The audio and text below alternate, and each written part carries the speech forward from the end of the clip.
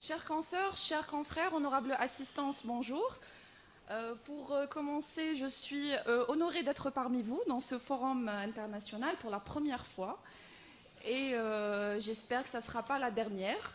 Je suis aussi ravie d'être entourée de personnes talentueuses dont je profite l'occasion de remercier les organisateurs de me faire part de cette belle journée, donc en termes d'échanges, de partage et même de rencontres. Alors, sans trop s'attarder, ceci étant mon introduction, nous allons aborder pendant ces 30 minutes, le temps qui m'est imparti, un sujet extrêmement important à maîtriser. Il s'agit de la planification prothétique, critères décisionnels pour un traitement optimal. En d'autres termes, les paramètres à respecter pour réussir votre traitement prothétique. Vous savez que le succès de toute réhabilitation prothétique, donc quel que soit son caractère, dentaire ou implantaire, repose essentiellement sur la rigueur de la planification. À partir de cette planification, découle un plan de traitement, donc raisonné, qui va assurer esthétique et confort à nos patients. Et là, la question donc, qui se pose, comment établir ce plan de traitement raisonné? Ou si nous formulons autrement cette question, comment arrive-t-on à ordonner les séquences du traitement pour le réussir? Donc généralement, ces ambiguïtés, ces questions sont souvent posées lorsque nous sommes confrontés à des situations plus ou moins complexes et face auxquelles nous ne savons pas très bien par où commencer, quoi faire, dans quel ordre, comment convaincre le patient. Donc là, je vais m'arrêter un peu à cette question-là, donc comment convaincre le patient? Et j'ouvre une petite parenthèse concernant les patients. Les patients, donc vous savez, donc, ces derniers ne savent pas réellement leur état de santé dentaire. Et pour eux, la perte uniquement des dents antérieures qui constitue l'urgence à consulter. Nous avons eu tous, au moins une fois dans notre vie professionnelle, un patient donc, désirant réhabiliter uniquement le secteur antérieur. Alors pour eux, donc, l'absence des dents postérieures ne constitue aucune gêne, et pour la majorité des patients. Or, nous savons, donc, en tant que prosthodontiste et même omnipraticien, nous savons très très bien que c'est cette réhabilitation donc, prothétique en postérieur qui va assurer, donc qui va donc protéger nos réhabilitations en antérieur, les réhabilitations esthétiques. C'est le postérieur qui protège l'antérieur. Et donc, c'est de notre tâche, c'est de votre tâche de persuader le patient de la nécessité d'un respect rigoureux du protocole. Sinon, vous n'allez pas réussir votre traitement. Ce n'est pas à lui de vous guider la conduite à tenir. C'est l'inverse. C'est à nous d'imposer un protocole et le respecter. Je vais continuer toujours dans la même idée concernant les patients. Donc, ces derniers aussi attendent de nous des réponses, notamment en ce qui concerne la durée donc, du traitement. Ah, qu'est-ce qu'il y a aujourd'hui ? C'est bon. Alors, je répète, donc, concernant les patients, ils attendent de nous donc, des réponses à leurs questions, surtout la durée du traitement. Donc, tous les patients s'impatientent et vous disent quand est-ce que j'aurai ma prothèse, quand est-ce que le traitement est fini. Et pas que ça, ils attendent aussi des explications concernant le traitement proprement dit, les séquences, par quoi vous allez commencer, et bien sûr, qu'est-ce que vous allez donc lui livrer. Et tout cela, donc, généralement, se fait au cours de la toute première consultation.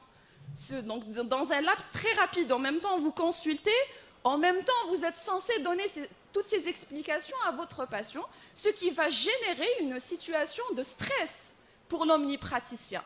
Et pour gérer ce stress, c'est simple, donc il faut trouver un équilibre entre la facilité d'exécution, donc proposer des plans de traitement dont vous êtes sûr d'être capable à les assurer, avoir une prévisibilité du résultat final.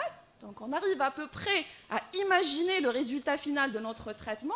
Et bien sûr, le coût du traitement, il faut qu'il s'adapte aux possibilités financières du patient. Et là, donc, si je résume cette diapositive, je peux dire qu'en consultant le patient, il faut avoir certaines réflexions prothétiques. C'est simple, il faut avoir certaines réflexions prothétiques. Lesquelles? On va prendre un exemple, ce cas. Donc c'était un patient âgé de 46 ans qui avait consulté en disant « je n'arrive plus à manger ». Effectivement, il reste peu de dents postérieures et surtout, il n'arrivait plus à s'intégrer socialement parce qu'il n'y a plus de dents antérieure. Donc nous comprenons de suite que nous devons traiter conjointement esthétique et fonction. Mais au-delà de la demande du patient, je dois me poser d'autres questions. Ces reliquats dentaires, est-ce que je dois les garder? Est-ce que je dois les extraire? Si j'opte pour l'extraction, par quels moyens je vais les remplacer? Dans le cas contraire, je vais donner une chance à ces dents délabrées à l'état de racine. Par quels moyens donc je vais les exploiter, tout en pensant à la durée, à la pérennité aussi du traitement, parce qu'il y a le facteur succès ou échec. Autre réflexion, le schéma occlusal du mon patient. Est-ce que donc son occlusion est favorable? Est-ce que je vais m'intégrer directement dans son schéma occlusal ou bien il constitue une priorité dans le traitement? Je dois d'abord rétablir la fonction pour aller aux restaurations esthétiques. Aussi le matériau, donc je peux me poser certaines questions concernant le matériau, surtout maintenant les patients avec l'internet et tout, ils sont tous à jour concernant les matériaux, la zircone, donc il faudra qu'on arrive à répondre à leurs questions.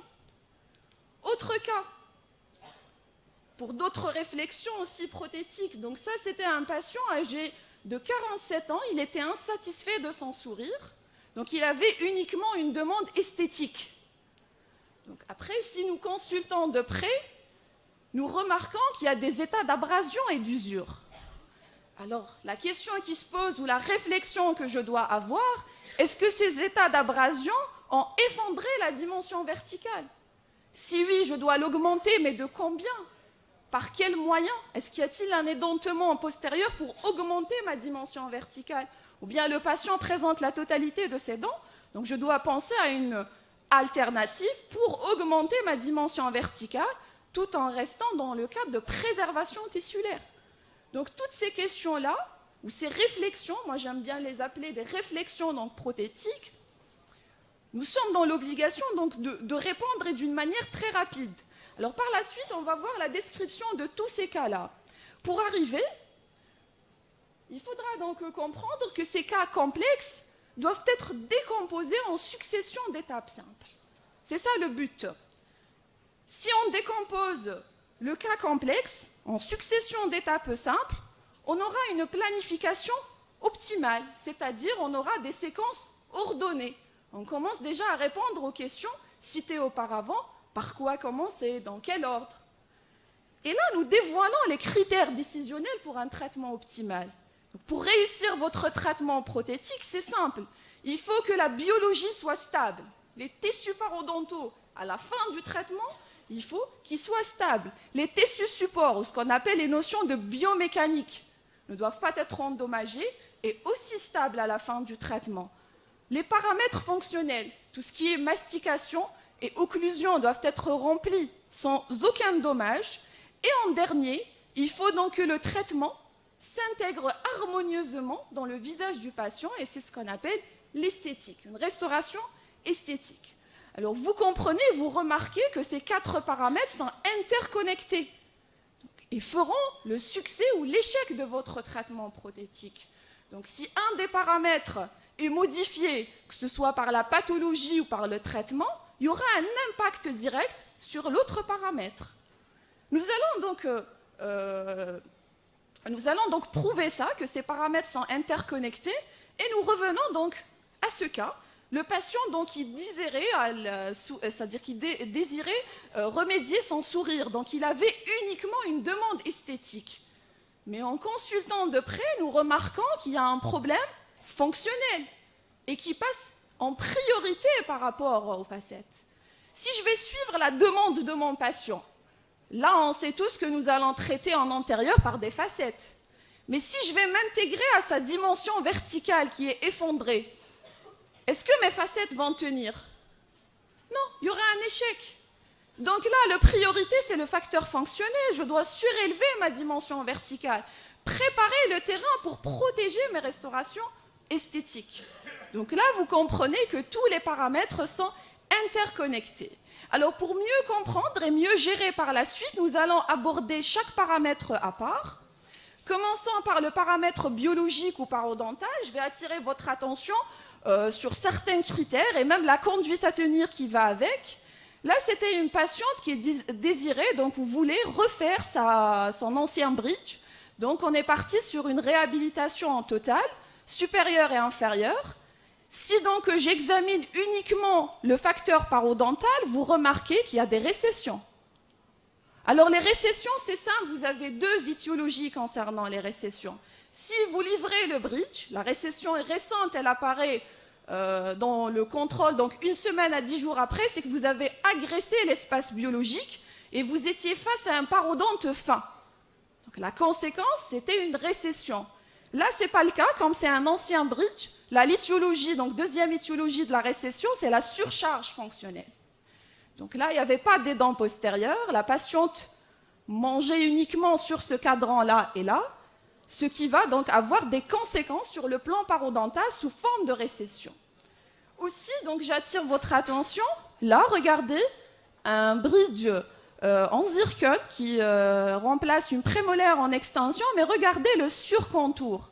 Là, certainement, il va y avoir un problème parodontal. La déflexion du bol alimentaire ne va pas être correcte. Donc, il y aura des conséquences sur le plan parodontal. Tout ça, vous êtes censé le diagnostiquer pour proposer une thérapeutique ou bien donc ne pas refaire les mêmes erreurs dans la nouvelle conduite à tenir. Un autre cas aussi, alors ces deux cas, commençons par l'image sur la gauche. Alors nous intéressons aux crêtes édentées, au niveau des intermédiaires. Alors tous ces éléments-là vont faire donc soit le succès ou l'échec de la réhabilitation. Nous remarquons là que la ligne décollée, ou ce qu'on appelle le zénith des dents, ne correspond pas au niveau de la travée, là où il y avait l'extraction. Donc ici, vous allez agir par un bridge transitoire en compression pour refouler un peu la ligne décollée au niveau de l'intermédiaire et arriver à avoir donc une harmonie des zéniths dans le bridge définitif. Donc là, la transition est obligatoire. Un bridge transitoire est obligatoire. Dans l'autre cas, à droite, c'est l'inverse. Nous avons eu une perte de substance. Donc là, vous remarquez que la ligne décollée, là, elle est haute par rapport aux dents support du bridge. Donc là, il faudra penser à ce que votre bridge définitif aura de la fausse gencive. Aura de la fausse gencive pour compenser ce déficit esthétique au niveau parodontal. Voilà, donc ça c'était en rapport avec les crêtes édentées en regard des intermédiaires. Nous passons à présent au cas où nous voulons vraiment garder les dents délabrées à l'état de racine et une élongation coronaire doit être faite. Bon, c'est simple, si vous maîtrisez l'acte, vous le faites, sinon, vaut mieux l'adresser à la paro. Ils sont donc plus, on va dire, aptes à maîtriser le geste, parce que l'élongation coronaire, ça peut s'arrêter à un niveau uniquement gingival, gingivectomie, gingivoplastie, ou bien carrément recréation d'un nouveau espace biologique. Donc là, il y aura une ostéotomie, donc ostéoplastie. Le but, c'est d'avoir un réalignement décollé, une harmonisation des tissus gingivaux. Sur un plan parodontal, c'est ça le succès de votre traitement sur le plan biologique. Dans le cas contraire, donc, vous aurez un effet rebond, donc ce qu'on appelle une récidive, mais sans dégâts. Ça, c'est une chance de l'avoir. C'est-à-dire on aura une récidive, mais sans dégâts, sans que le cas s'aggrave. Sinon, il va y avoir soit des récessions, si vous étiez face à un parodonte fin, des poches, si vous étiez face à un parodonte épais, ou bien des trous noirs. Donc, c'est, on va dire, des dégâts difficiles à maîtriser sur le plan parodontal. Nous passons à présent au deuxième paramètre, l'esthétique. Alors l'esthétique concerne beaucoup plus les dents, la couleur des dents, la dimension, la forme. Nous nous intéressons à présent à la couleur des dents. Je voulais donc attirer votre attention concernant le relevé de la couleur. Nous utilisons tous la technique subjective, c'est-à-dire les teintiers. Alors les teintiers sont formés donc, ou sont regroupés par des familles de teintes, du A au D. Alors le A, c'est le jaune, le B, c'est le blanc, le C, c'est le gris, et le D, c'est le jaune orangé. Si je prends cet exemple de cette patiente, bon, j'espère que vous arriviez à voir les couleurs réellement. Donc là, pour cette patiente, au premier coup visuel, je me dis, oui, elle a une couleur saturée, donc je vais être dans le A. Je prends la barrette la plus foncée dans le A, c'est à partir du A3, A3,5 jusqu'à A4. Donc, et je vais me dire, oui, c'est du A3,5 ou c'est du A3. Or que c'est non. Si nous remarquons ici, au niveau donc du collet des dents, c'est du gris, c'est pas du jaune, c'est du gris. Et au lieu donc de faire sortir les barrettes donc, de l'échantillon A, il faudra faire sortir les barrettes de l'échantillon C pour choisir la couleur de la dent. Comme ça, vous n'aurez pas donc de surprise quand vous recevez la pièce prothétique, il y aura une intégration de la couleur. Toujours dans le paramètre de l'esthétique, là nous intéressons à la travée du bridge, c'est-à-dire avoir une harmonisation lors du sourire. Il faudra bien répartir les dimensions entre les piliers et les intermédiaires. Et là, vous savez que la technologie va dans ce sens et nous avons des logiciels qui nous permettent aussi donc, une aide importante, tout ce qui est logiciel de Smile Design qui nous donne les proportions. Le but, c'est d'arriver donc à avoir un sourire harmonieux, des dimensions harmonieuses avec le visage de votre patient. Donc tout ça rentre aussi dans le cadre du succès ou l'échec de votre traitement prothétique. Jusqu'à présent, nous avons dévoilé les deux paramètres, esthétique et biologie. Là, nous allons voir que ces deux paramètres sont intimement liés sur un point. Lequel ? Vous savez, donc, avoir un beau sourire ne signifie pas seulement avoir de belles dents. Donc, esthétique dentaire et gingivale agissent ensemble pour donner au sourire son harmonie et son équilibre. C'est une citation décrite par Dr Pascal Mann. Donc là, c'est simple. Si j'ai une belle couleur des dents et des zéniths qui ne sont pas donc cohérents, qui ne sont pas en harmonie, c'est un échec, ce n'est pas un succès. C'est un échec de la thérapeutique. Donc l'esthétique de la gencive est le berceau du sourire. Il faudra savoir sur quel biotype parodontal vous travaillez, c'est indispensable. La sonde parodontale devra être dans vos plateaux, c'est indispensable aussi. Donc ça peut passer donc inaperçu et donnera par la suite des échecs. Donc là, c'est pour vous montrer que les zéniths doivent être en harmonie avec le collet des dents. Alors, à une bonne période, nous avons considéré que l'esthétique était un paramètre subjectif. Donc on disait toujours, oui, c'est à mon goût, non, c'est pas à mon goût, c'est le patient qui voulait ça. Donc...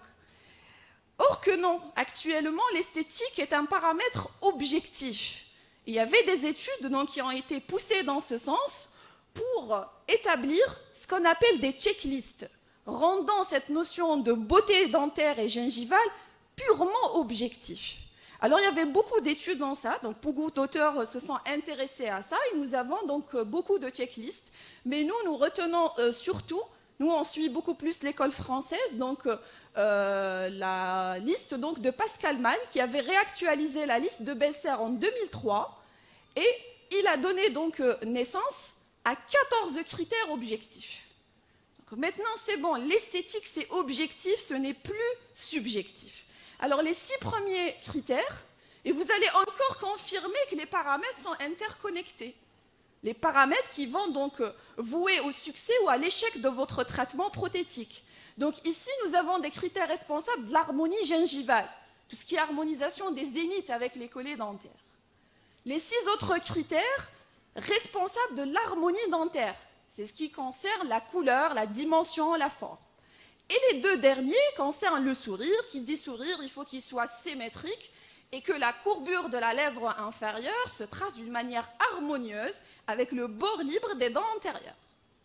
Donc ça, c'est les critères objectifs dont nous sommes censés respecter et avoir pour dire à la fin du traitement, j'ai réussi donc ces critères et donc c'est un succès dans mon traitement prothétique.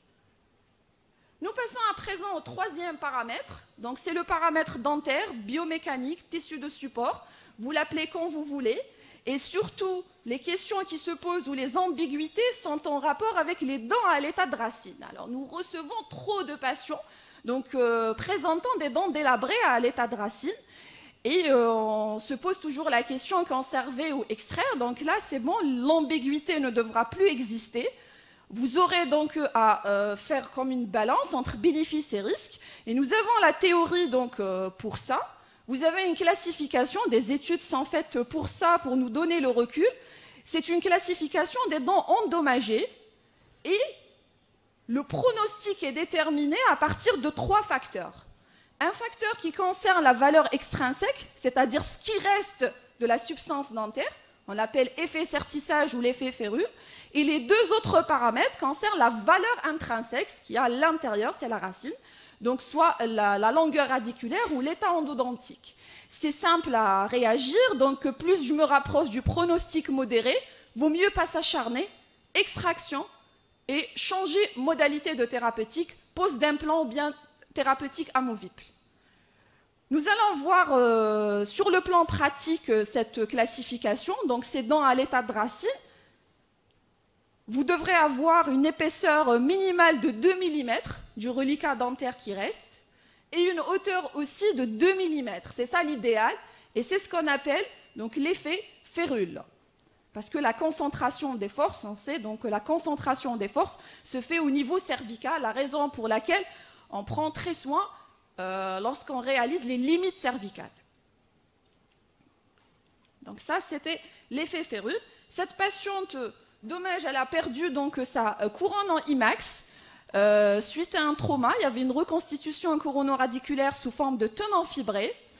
Et là, donc, un sondage est nécessaire pour voir la paroi où elle est, donc à l'intérieur du sulcus. Donc, je vous dis que jusqu'à moins de 2 mm, on peut garder. Vous pouvez encore exploiter jusqu'à moins de 2 mm par un illécor. Au-delà, non. Donc, je réponds un peu à ma question. Sondage de 4 mm à l'intérieur du sulcus, c'est l'extraction. C'est pas la peine de s'acharner, c'est pas la peine de tenter gingivectomie, gingivoplastie, recréation de l'espace biologique. Vaut mieux donc extraire et placer un implant.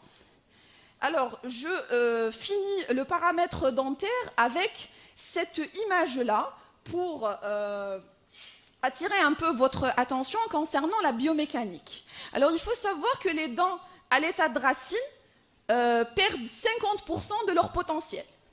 C'est des dents délabrées. Donc 50%, il n'y a plus de valeur extrinsèque. Donc on est à 50% du potentiel. Si vous allez traiter ce cas en prenant appui uniquement sur ces dents délabrées et reconstituées, il n'y aura pas de pérennité à long terme concernant la biomécanique. Donc là, il vaut mieux rajouter des piliers.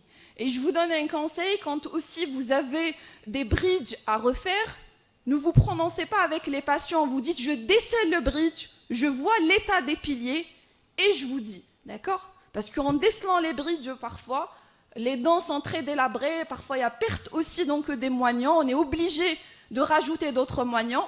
Si vous prononcez concernant le devis, ah, il va vous dire, vous ne m'avez pas dit. C'était ça, alors qu'on est obligé de rajouter des piliers. D'accord? Donc ici, si vous allez faire ça, donc ça va être un échec biomécanique, il faut rajouter des piliers sains.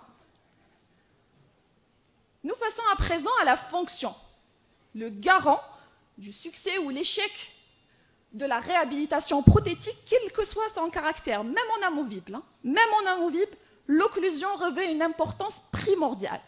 Alors là, concernant ces cas complexes, il ne faut pas trop s'acharner à traiter tout en conjointe.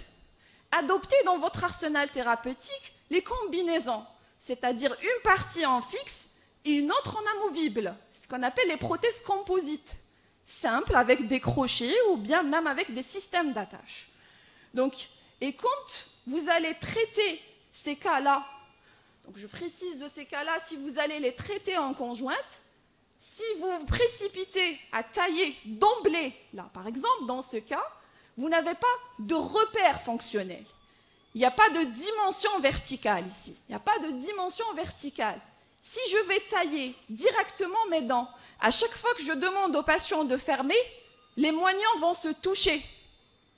Les moignons vont se toucher parce que le patient n'a pas de calage postérieur, il n'a pas sur quoi fermer. Et vous allez le faire à chaque fois. Il ferme, vous diminuez, il ferme, vous diminuez. Il faut savoir que la mandibule a un seuil. À partir d'un moment, c'est-à-dire que ça ne peut plus remonter. Et résultat des courses, des moignons très courts.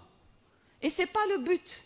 La conduite à tenir idéale, c'est demander des maquettes guides en cire que le prothésiste vous les réalise, avant de toucher le patient, avant de tailler, il faut régler votre dimension verticale, valider votre dimension verticale. Je parle uniquement de dimension verticale, hein, non pas d'occlusion. Et ensuite, passer à la taille. À chaque fois, vous voulez vérifier l'espace donc occlusal, placez les maquettes d'occlusion. Vous les placez en DV pour vérifier l'espace. D'accord? Donc ça aussi, donc, ça nous échappe parfois concernant ces cas complexes. Comme j'ai parlé donc de la composante verticale, il y a certaines ambiguïtés qui sont souvent posées. La première question, est-ce que l'usure dentaire signifie une perte de dimension verticale? Perte de calage postérieur signifie-t-elle perte de dimension verticale ou non? La surélévation, nous avons vu tout à l'heure des cas où on est obligé de surélever. Mais est-ce que cette surélévation est sans danger? Comment doit se faire? Comment valider une nouvelle composante verticale? Donc toutes ces questions-là, nous allons donc avoir une réponse et lever cette ambiguïté. Commençons par l'usure dentaire. Est-ce que l'usure dentaire fait automatiquement une perte de dimension verticale? Pour répondre à ces questions, c'est simple, nous nous appuyons sur la littérature. Nous n'inventons rien. Alors la littérature, ce qu'elle dit concernant ça, que l'usure dentaire ne signifie pas souvent ou tout le temps une perte de dimension verticale. Ce que ça veut dire perte de dimension verticale, c'est que vous avez un faciès d'un vieux. Alors que l'usure, parfois, patient bruxeur, vous lui demandez de joindre ses lèvres, esthétiquement, il est harmonieux. Donc il n'y a pas de perte de dimension verticale. Contrairement aux pertes de calage postérieur.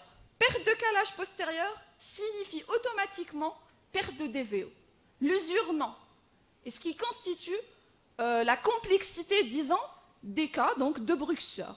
Donc là, pour traiter un bruxeur, c'est très compliqué, c'est pas évident. C'est ça, c'est pour ça. Donc là, c'est simple, nous avons répondu à deux questions. Perte d'usure ne veut pas dire perte de DVO. Perte de calage, par contre, si. Vous n'avez pas des dents postérieures, c'est une perte de dimension verticale. Nous passons à une autre donc, question, la surélévation. Est-elle sans danger et comment doit se faire? Nous avons eu tous ces réflexions. Est-ce que je dois surélever d'emblée ou bien je dois donc faire par graduation? Donc je commence 2 mm, ensuite 2 mm. Donc là, la réponse à cette question, basée aussi sur des études, bien sûr, je précise que ces études-là ont été réalisées sur des patients indemnes de problèmes articulaires. Donc critère d'exclusion, pas de problème articulaire dans cette thèse-là. Et ils ont constaté que l'augmentation de la dimension verticale ne constitue donc aucun problème. Elle est sans danger. Bien au contraire, il y a une adaptation très rapide, donc en termes articulaires et musculaires. Comment doit se faire cette surélévation de la dimension verticale? Donc là, c'est ce que j'ai dit, donc, que cette étude a exclu les problèmes articulaires. Hein. Comment on doit se faire? C'est simple, c'est avec l'articulateur semi-adaptable. En tant que prosto, nous, articulateur semi-adaptable et l'ami intime.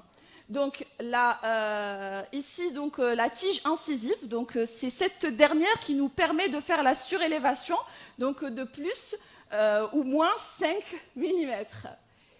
Voilà, donc ça, c'est une surélévation. Dans le cas où vous avez la totalité des dents, il faut passer par un wax-up, donc une temporisation.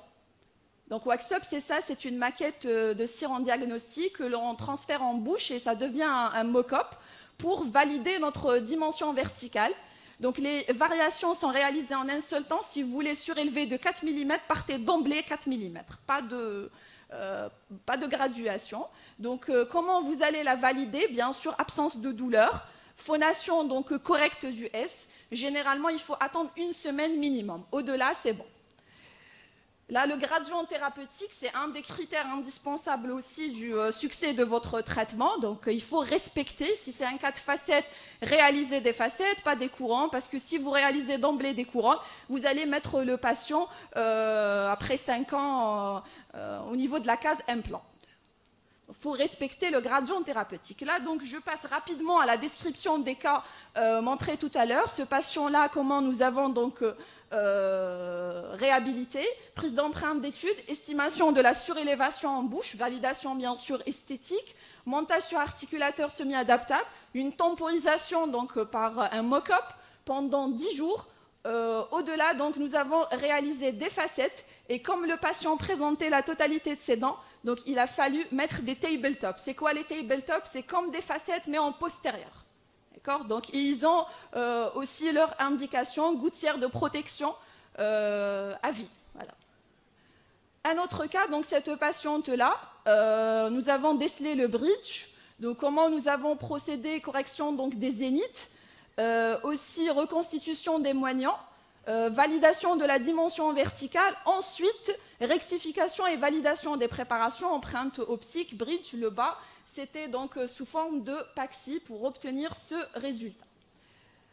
Cette patiente aussi qui avait un problème de récession, donc la même chose, il y a eu une rectification sur le plan donc, biologique, une prothèse hybride, donc là nous avons réalisé une partie en conjointe et une autre partie en amovible, même en bas, donc une prothèse composite avec des systèmes d'attache. Juste donc une diapositive concernant la prothèse donc, sur implant.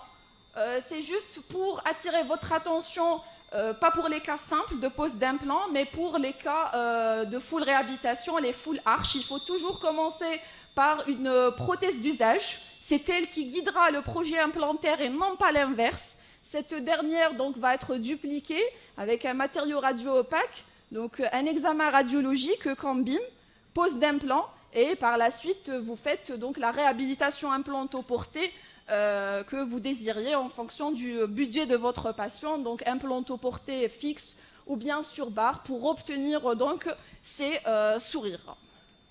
Pour finir, pour conclure, le succès donc dépend essentiellement de la planification optimale et de la compétence professionnelle. Je vous remercie de votre attention.